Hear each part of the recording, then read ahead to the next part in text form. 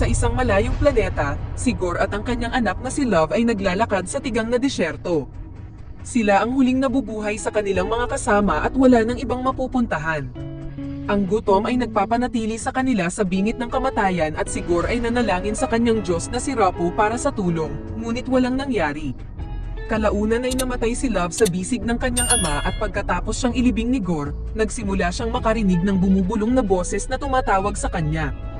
Sinundan ni Gore ang boses hanggang sa makakita siya ng luntiang puno na may sariwang tubig, ngunit hindi niya sinasadyang matumba at nasugatan ang kamay sa espada.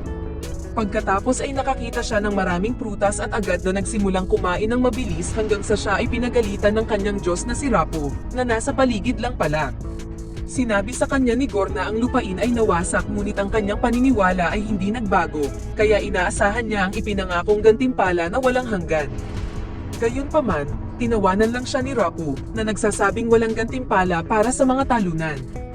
Kasalukuyan niyang ipinagdiriwang ang pagpatay sa pinakabagong may hawak ng Necrosword, isang isinumpang talim na kayang pumatay ng mga Diyos.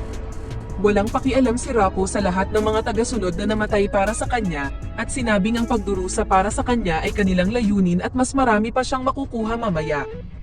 Galit na galit, tinalikuran ni Gore ang kanyang Diyos, dahilan upang simulan siyang sakalin ni Rapu. Biglang tumaas ang Necrosword sa kamay ni Gore at ipinakita sa kanya ang mga hakbang upang makakuha ng dakilang kapangyarihan, iginiit na dapat niyang patayin ang lahat ng mga Diyos. Hinayaan ni Gore na sakupin ng sumpa ang kanyang katawan at pinatay si Rapu, na nanunumpa na papatayin din niya ang iba pang mga Diyos. Sa planetang Indigar, sinabi ni Korg sa grupo ng mga alien ang kwento tungkol kay Thor, ang God of Thunder.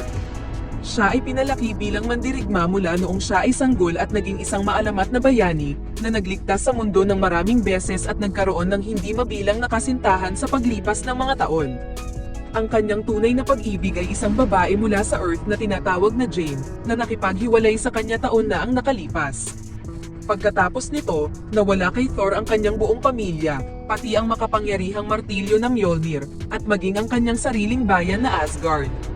Ang depresyon ay tumama sa kanya ng husto at nawala ang Diyos na pangangatawan, ngunit pagkatapos makakuha ng bagong sandata na tinatawag na Stormbreaker, sumama siya sa grupo ng mga bayani na kilala bilang Guardians of the Galaxy at nagsimulang maglakbay kasama nila sa buong universo. Bumalik din ang matipunong pangangatawan sa pamamagitan ng matinding pagsisikap, ngunit nagtatago pa rin ang matinding kirot sa loob ng napakagandang katawan. Ngayon ay sumuko na siya sa paghahanap ng pag-ibig at sumasama lamang kapag kailangan siya sa labanan. Sa malapit, ang mga Guardians ay nakikipaglaban sa mga mananakop na mukhang ibon at hindi maganda ang lagay nila. Maya-maya ay dumating si Thor at ipinaalam sa kanya ng hari na mapayapa ang lahat sa paligid hanggang sa pinatay ang kanilang mga Diyos. Habang hawak ang Stormbreaker, tumalon si Thor sa labanan, na madaling pinuksa ang lahat ng kaaway sa pamamagitan ng paghampas o pagbaril sa kanila ng kidlat. Nang sabay na umatake sa kanya ang dalawang kaaway, ibinuka lang ni Thor ang kanyang mga paa para pigilan ang mga ito bago tumalon para pagbanggain ang mga ito. Matapos sipain ang malaking sasakyan, pumasok si Thor sa templo at umakyat sa tore upang patamaan ang pinuno ng kaaway, na sa wakas ay tinapos ang pagsalakay ngunit nasira din ang templo sa proseso. Sa Earth, si Jane ay nasa ospital para sa treatment dahil siya ay na-diagnose na may stage 4 cancer, isang bagay na ibinahagi niya lamang sa dalawang malapit na kaibigan. Dahil siya ay siyentipiko, gumagawa siya ng sariling pananaliksik at gayon din ang kaibigan niyang propesor, ngunit wala silang mahanap na anumang bagay na makakatulong sa kanya. Desperado para sa solusyon, nagpa siya si Jane na tingnan ang Asgardian magic at nalaman na maaaring makatulong ang Mjolnir. Samantala, ang mga tao ng Asgard ay gumawa ng bagong tahanan sa Earth kasama si Valkyrie bilang kanilang reyna.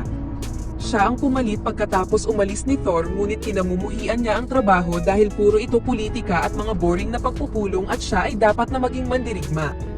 May mga tour na nagpapahintulot sa mga foreigner na tumingin sa paligid ng New Asgard kasama ang pagbisita sa natitirang mga piraso ng Thor's Hammer Mjolnir na nakadisplay doon. Nang puntahan ito ni Jane, biglang nagdilim ang langit at nagsimulang kuminang ang mga piraso. Bumalik kay Thor, niregaluhan siya ng hari ng dalawang malaking kambing bilang gantimpala, at nang umalis ang grupo, nagdulot ng kaguluhan ang mga kambing sa loob ng spaceship. Pagkatapos ay sinuri ng koponan ang system para sa anumang palatandaan ng panganib at nabigla nang makita ang napakaraming humihingi ng tulong. Lumalabas na si Gore ay pumapatay ng mga Diyos sa libu-libong planeta at nakakuha ng palayaw na God Butcher. Ang isa sa kanila ay mula kay Lady Sif, isang mandirigmang Asgardian na dating kasama sa pangkat ni Thor. Desperado na tulungan siya, nagpa siya si Thor na iwanan ang mga Guardian upang bumalik sa kanyang mga tao. Pagkatapos umalis ng mga Guardian sakay ng spaceship, ginamit ni Thor ang Stormbreaker upang mag-teleport sa kinaroroonan ni Gore at ang mga kambing ay na-teleport sa lokasyon ni Sif. Napunta sila sa nagyayelong lupain kung saan nahanap nila ang kalansay ng isang malaking nilalang na tinawag ni Thor na pinakamabait na Diyos sa lahat. Sa malapit, si Sif ay nasugatan at nawalan ng braso, ngunit sapat na ang kanyang lakas upang ibahagi na sinundan niya si Gore dito ngunit nahulog siya sa kanyang bitag at muntik nang hindi makatakas. Ang layunin ni Gore ay patayin ang bawat Diyos sa universo at ang kanyang susunod na pupuntahan ay ang New Asgard. Sa Earth, dumating si Gore sa New Asgard at ginamit ang Necrosword upang kontrolin ang mga anino at tinawag ang mga halimaw. Sa loob lamang ng ilang segundo, naganap ang kaguluhan sa lungsod, at nagsimulang kumalat ang apoy, kaya nagpakita si Valkyrie sakay ng Pegasus upang simulan ang pakikipaglaban sa mga halimaw gamit ang kanyang espada. Binagtagal, lumitaw din si Thor at habang dinadala ni Korg si Sif sa ligtas na lugar, sumali si Thor sa laban. Siya at si Valkyrie ay nakikipaglaban sa grupo ng mga halimaw nang biglang may isang bola ng kidlat na dumapo sa gitna ng battlefield, na kumikilos ng napakabilis upang tamaan din ang mga halimaw. Napagtanto ni Thor na ito ang Mjolnir at tinawag ito, ngunit pagkatapos na dumaan sa isa pang halimaw, hindi pinansin ng martilyo si Thor at pumunta sa bagong may-ari nito. Ang babaeng ito ay nakasuot ng mga damit ni Thor at hinawakan ang Mjolnir na parang profesional, at ginawa itong pira-piraso upang salakayin ang maraming halimaw ng sabay-sabay bago bumalik sa dating anyo nito. Nang tanggalin ng babae ang kanyang helmet, nagulat si Thor nang makitang ito ay si Jane at pinakita sa flashback kung ano ang relasyon nila noon. Noong una, magkasundo sila at magkasama sa masasayang sandali, nagbabahagi ng tila perpektong relasyon. Isang gabing lasing siya, hiniling pa ni Thor sa Mjolnir na ipangako nito na lagi nitong poprotektahan si Jane, at kuminang ang martilyo upang sumang-ayon. Gayunpaman, sa paglipas ng panahon, sila ay naging mas malayo dahil si Thor ay palaging abala sa kanyang misyon at si Jane ay may maraming trabaho na dapat gawin bilang isang sikat na siyentipiko. Sa kalaunan, napagod si Jane sa mga problema at nakipaghiwalay kay Thor sa pamamagitan ng pag-iiwan sa kanya ng isang sulat. Sa kasalukuyan, gustong makipag-usap ni Thor, ngunit gustong mag-focus ni Jane sa pakikipaglaban sa mga halimaw. Sa sandaling iyon, nakita ni Thor si Gore, at nagsimulang labanan si Thor gamit ang Necrosword. Pagkatapos makipagpalitan ng ilang pag-atake, itinulak ni Gore si Thor sa kotse, at nang subukang ipagtanggol ni Thor ang kanyang sarili, hinampas lang siya ni Gore sa kotse at hinawakan siya ng halimaw. Pagkatapos ay sinubukan ni Gore na kunin ang Stormbreaker, ngunit nagalit si Thor at na-activate ang kapangyarihang kidlat, pinalaya ang sarili mula sa halimaw bago itinulak si Gore. Inatake siya ng kidlat ni Thor habang sina Jane at Valkyrie ay dumating upang suportahan siya, kaya napagtanto ni Gore na lugi siya at nagpas siyang maglaho. Gayunpaman, ang mga anino ay nasa paligid pa rin at naglabas sila ng marami pang mga halimaw sa loob ng silid ng mga bata upang kidnapin sila.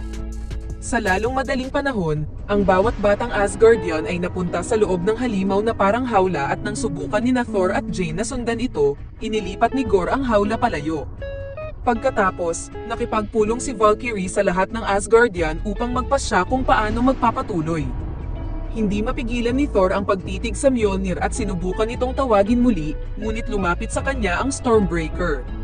Nagkaroon ng pagtatalo sa mga mamamayan kaya lumapit si Thor at sinabihan silang huminahon habang sinusubukan niya ang isang bagay. Nang itinaas niya ang Stormbreaker, nabigo ang kanyang kapangyarihan at nakagawa siya ng butas sa kisame at nasira ang monumento sa labas. Bumalik siya sa silid at nagsimula ang bagong pagtatalo na biglang naputol ng isang lumulutang na ulo. Ito si Axel, isa sa mga kanidnap na bata na may magic eyes.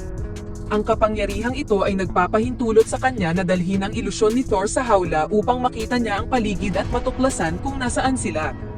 Nang matapos ang ilusyon, bumalik si Thor at ipinaalam sa iba na ang mga bata ay nasa Shadow Realm, kung saan si Gore ay mas nagiging makapangyarihan. Bago sila pumunta doon, kailangan nilang kumuha ng mga reinforcement. Nagpasya ang grupo na kailangan nilang maglakbay sa Omnipotent City, kung saan nagtitipon ang lahat ng mga Diyos ng universo. Dahil hindi gumagana ng maayos ang Stormbreaker, gagamit sila ng barkong hihilahin ng mga kambing upang maglayag sa pamamagitan ng kapangyarihan ng palakol. Habang si Valkyrie ay nakakuha ng barko, pumunta si Jane sa banyo at ibinunyag na kapag bumalik siya sa dating anyo, ipinapakita ng kanyang katawan kung gaano siya kalubha.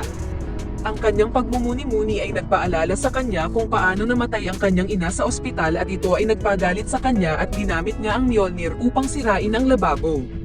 Samantala, sinusubukan ni Axel na sabihin sa iba pang mga bata ang mga kwento tungkol kay Thor upang hindi sila matakot. Ginambala sila ni Gore upang takutin sa pamamagitan ng pagpatay sa maliit na halimaw, at nang sabihin ni Axel na ililigtas sila ni Thor, ibinunyag ni Gore na iyon mismo ang gusto niya. Makalipas ang ilang sandali, nakarating ang team sa Omnipotent City at nagsuot ng disguise para makihalubilo sa karamihan. Maraming kamanghamanghang mga Diyos sa paligid, ngunit ang isa na gumawa ng pinaka-enggrande ay si Zeus, na tinawag ni Thor na kanyang inspirasyon. Pagkatapos gumawa ng ilang trick gamit ang Thunderbolt, napatunayang si Zeus ay isang hangal dahil sa halip na pag-usapan ang mga mahahalagang bagay, mas gusto niyang magplano ng mga walang kwentang party at makita kung sinong Diyos ang nakakuha ng pinakamaraming sakripisyo mula sa kanilang mga tagasunod. Mukhang hindi nila siya mapagkakatiwalaan kaya nagsimulang magtalo ang grupo kung paano magpapatuloy, ngunit narinig sila ni Zeus at tinawag si Thor sa gitna.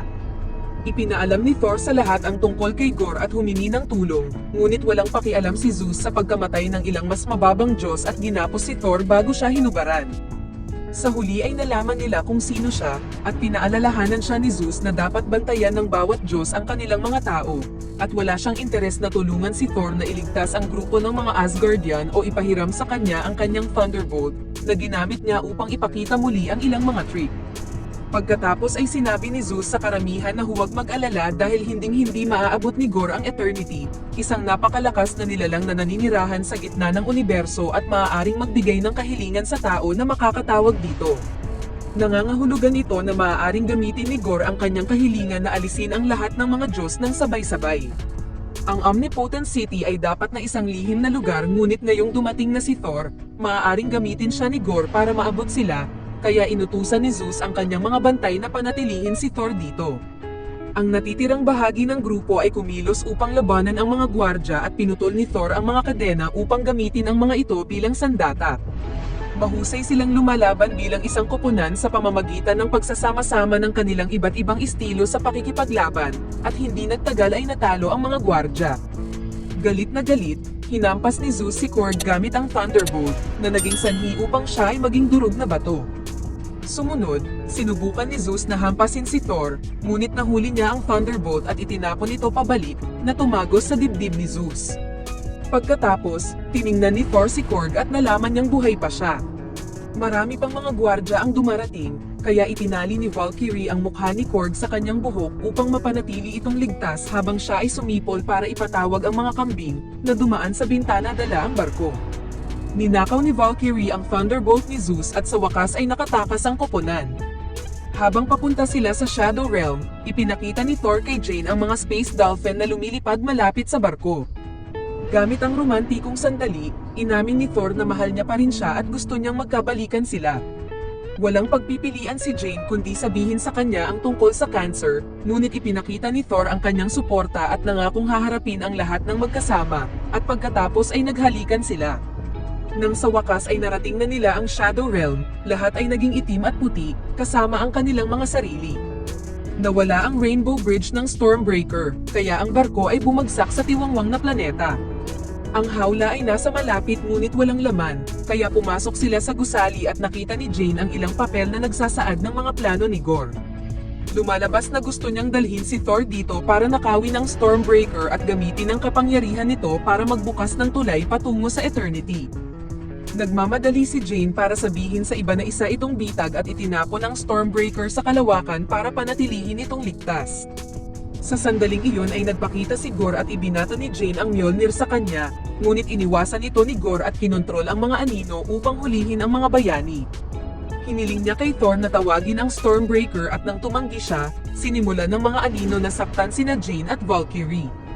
Desperado na tulungan sila, ipinatawag ni Thor ang Stormbreaker, at ang biglaang kapangyarihan na iyon ay yumanig sa buong planeta at pinalaya sila mula sa mga anino. Pagkatapos ay ginamit ni Gorr ang Necro Sword upang ilabas ang mga Shadow Monsters at nagsimula ang isa pang labanan. Habang nilalabanan ni Jane at Valkyrie ang mga halimaw, hinarap ng Stormbreaker ni Thor ang Necro Sword ni Gorr at kinailangang ilayo ng mga kambing ang mukha ni Korg mula sa karahasan. Pagkatapos makipagpalitan ng ilang hit kay Gorr, ginulo ng halimaw si Thor, kaya nakipaglaban sa kanya si Valkyrie gamit ang Thunderbolt.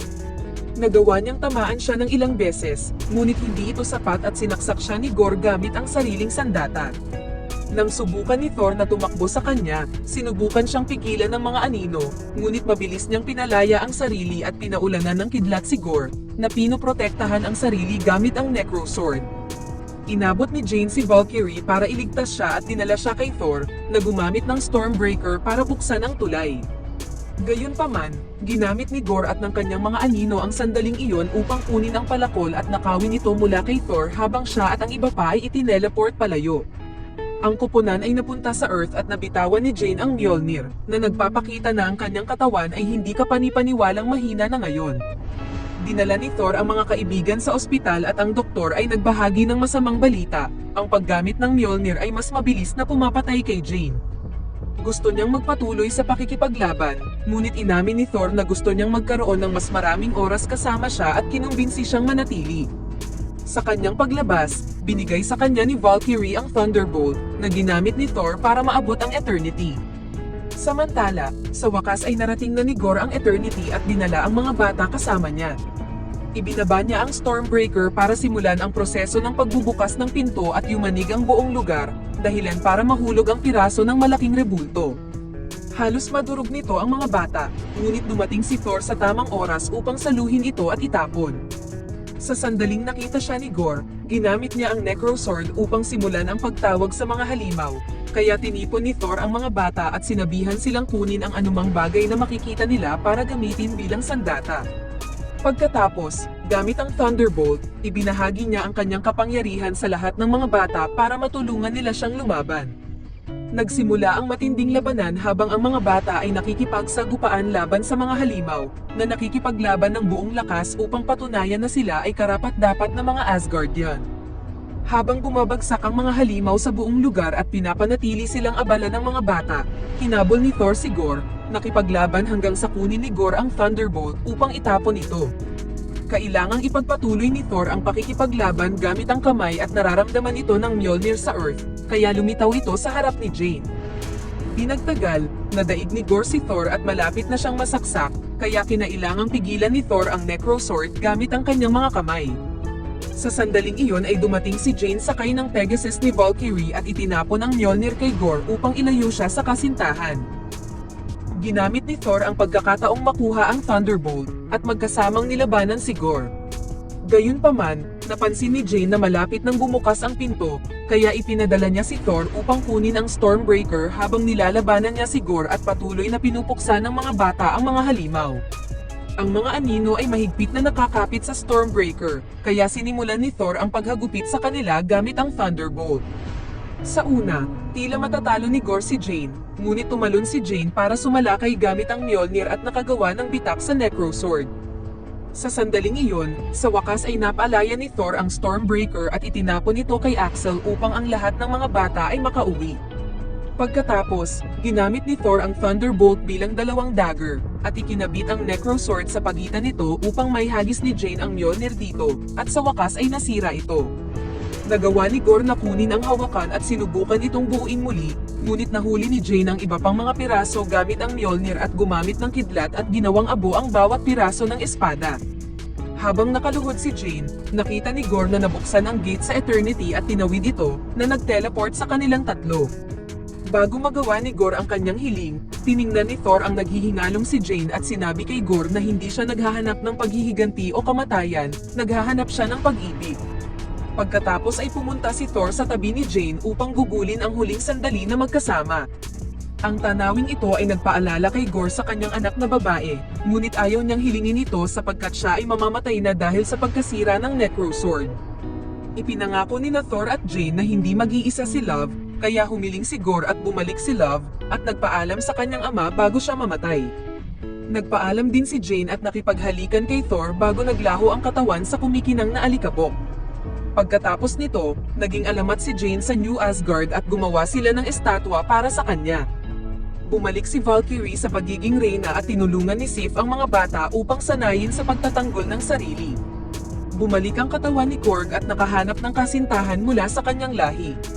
Pinalaki ni Thor ang anak na babae ni Gorr bilang sariling anak at nagbahagi sila ng mga simpleng bagay tulad ng almusal, ngunit kailangan din niyang turuan ito kung paano kontrolin ang kanyang eternity powers.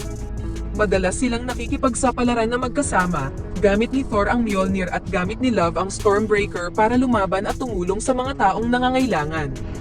Habang magkasama silang naglalakbay sa universo, nakilala sila bilang pag-ibig at kidlat. Samantala, dumating ang espiritu ni Jane sa Valhalla, ang langit ng Asgardian, at inanyayahan siyang sumali sa bulwagan ng mga Diyos. Dito na nagtatapos ang ating kwento. Sana ay nagustuhan nyo, mag-subscribe na kung hindi ka pa nakasubscribe, pindutin na rin ang notification bell at like button upang matulungan ang channel, and leave a comment down below, and as always, thank you for watching.